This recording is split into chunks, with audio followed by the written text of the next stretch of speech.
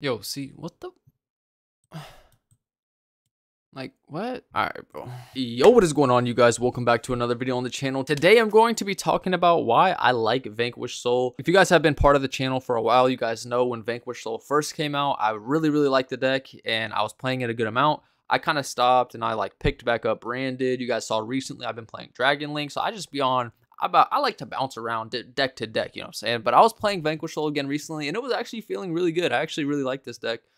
Into this format, and I'm just gonna go over a few reasons why. I have some, you know, notes listed in my phone, stuff I wanted to go over, so let's hop right into it, and I'll explain to you guys why I think this deck is positioned nicely in this format. This deck, I'm not saying it's the best deck or anything. I'm not even saying it's the second best, third best, fourth best. I think it's a good rogue tier 2-ish option for the game right now. But anyway, before we get any further into this video, if you guys could drop a like on the video, greatly appreciate it. Greatly helps out the channel, also motivates me to keep making more videos. So with that being said, let's hop right into the first reason I like this deck, this format, and that is because it plays around targeting hand traps. So you guys know with the big Vanquished Soul monsters can tag out the little Vanquished Soul normal summon monsters that you typically start with, right? You typically start with Raisin or Mad Love or Stake Your Soul into one of those cards. So if you go like normal summon Raisin, right, your opponent tries to imperm, which actually happens a decent amount. Like it, granted, yes, it's against people that don't really know exactly how to play around Vanquished Soul.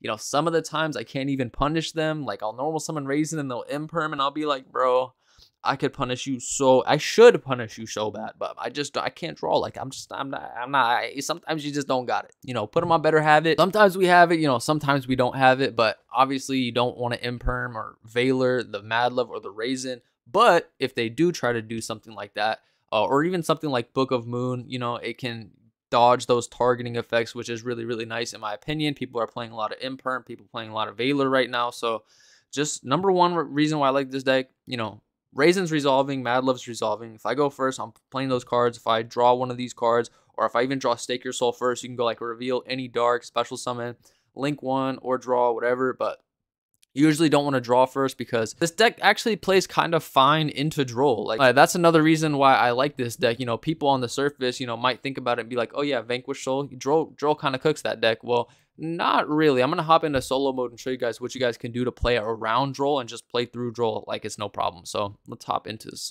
duel real quick. So let's see. So I'll show you guys this right here with this hand. This hand is crazy, by the way. This hand is ridiculous. But first, obviously, like you want a special Fenrir, whatever. Don't search with Fenrir right away. Play around draw. This is how we're gonna play around draw. You could also save this to Stake Your Soul, summon it, but it's fine. We're gonna do this way. So what we're gonna do? Normal summon Mad Love. Use the effect, right? If you imperm or if you Valor, you're going -2 if you have draw as well. Because what we do is, you know, activate this and then just chain this. So put this back to my hand, and then obviously we summon Borger. And then we can search for our searchable Book of Moon if we want, or we could search for Extender. In this case, we'll just search for Extender because we have Floodgate. And then if he goes draw, then it go cool, reveal, and then draw. So obviously reveal, draw, and then we have Caesar in hand now. So this just goes to show you guys, like, and if we're under draw, okay, cool, now we're under draw, right? Like we can go this, summon. You could use this effect to add this back, or you could just set the continue. It doesn't even really matter. But get this to hand, whatever. And then on your opponent's turn, obviously you could do this. You can go summon this again, and then you could search for the Book of Moon, and then you can tag out, summon this, and then draw another card on your opponent's turn. So you're just lit. You have so many cards in hand. Obviously this would be set. And then if you are under draw, you don't get the Fenrir search. But if you weren't under draw, obviously you get the Fenrir search. But you guys get the point. Like, say you start with a Raisin, right? So I'm just going to reset, and I'll pretend like I started with a Raisin. I'll pretend I start with Rosin. So here, let's see, let's get this hand. Bro, why can I not draw like this in rated, bro? So what we would do in this situation, normal summon this, use the effect, obviously chain Borger, summon, bounce this back to hand, and then go ahead and grab this, and then you can search whatever you want. Yeah, you just search whatever you want, and then if they try to draw, you do this, and then you reveal, and then you draw, same as last time. And then I keep draw, bro. I just tell you, bro, I cannot draw like this in rated. And then on your opponent's turn, you have effect, summon, search again. So the point is, like, draw doesn't absolutely kill this deck. You can actually play around it quite nicely. It's not bad. So Let's go back to the deck here. And by the way, this deck list isn't like perfect or anything. Like if you guys have any suggestions what you guys would change with this deck, definitely let me know. Another reason I like this deck a lot is because it can play a lot of non-engine slots. You guys can see my non-engine slots. I'm opting to play TC Boo in the main. You could do Droll in the main and side deck TC Boo for when you know you're going first, or if you know it's a good matchup. I'm just doing this just to try it out. But yeah, you could switch them out, but you can see I have room for 3 TC Boo. I have room for 3 Kaiju. I really like this Kaiju in this deck. I can go over that a little bit later. But yeah, 3 Kaiju in the main, so that's 6 slots right there. We obviously have 4 Bystials, so that's 10. And then we have 3 Ash, that's 13. And then we have the 3 Fenrir plus the Wraith Sauce, so that's like 17. 17 spots of non-engine that you can fit in whatever you want. Even the Durendal, I consider that engine though.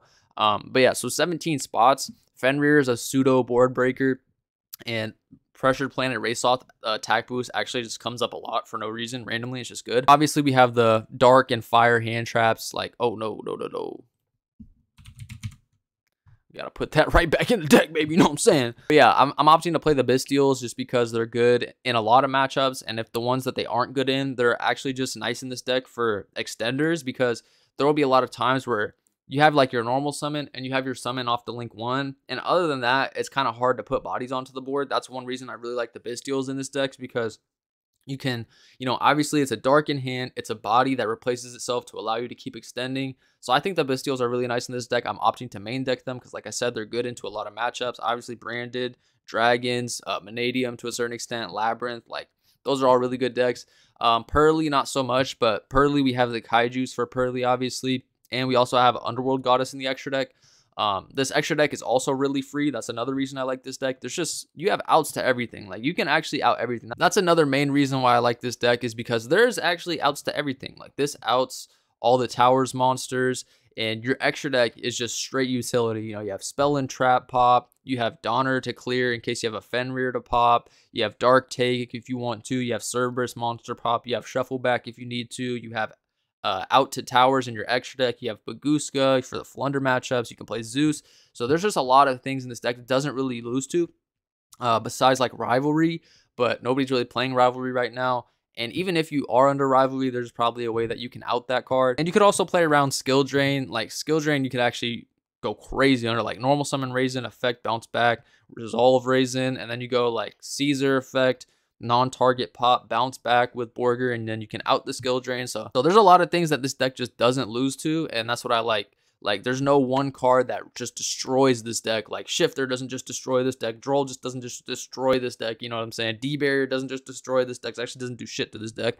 But yeah, so I think this is up to like the 4th or 5th reason why I like this deck, is because it can play, the toxic cards like Shifter and TC Boo.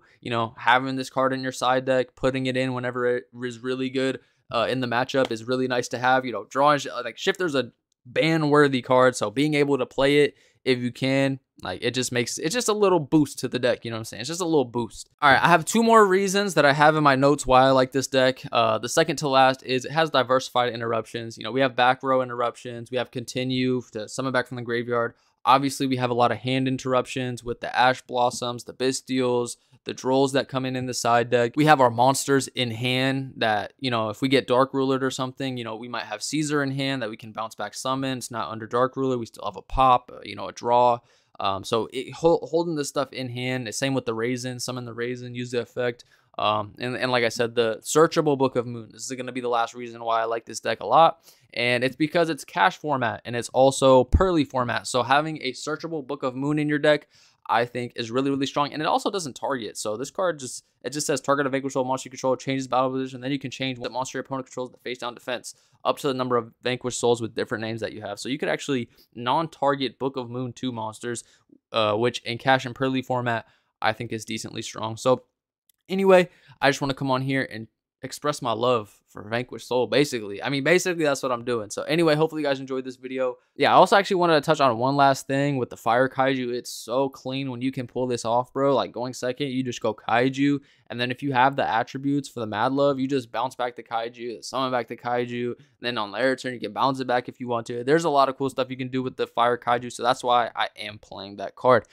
Anyway, like I said, I'm not going to go on too much longer. Hopefully you guys enjoyed. I'm out. Peace. And yeah, maybe some more hand traps because we do draw a lot. but it is what it is. Hopefully you guys enjoyed. I'm out. Peace.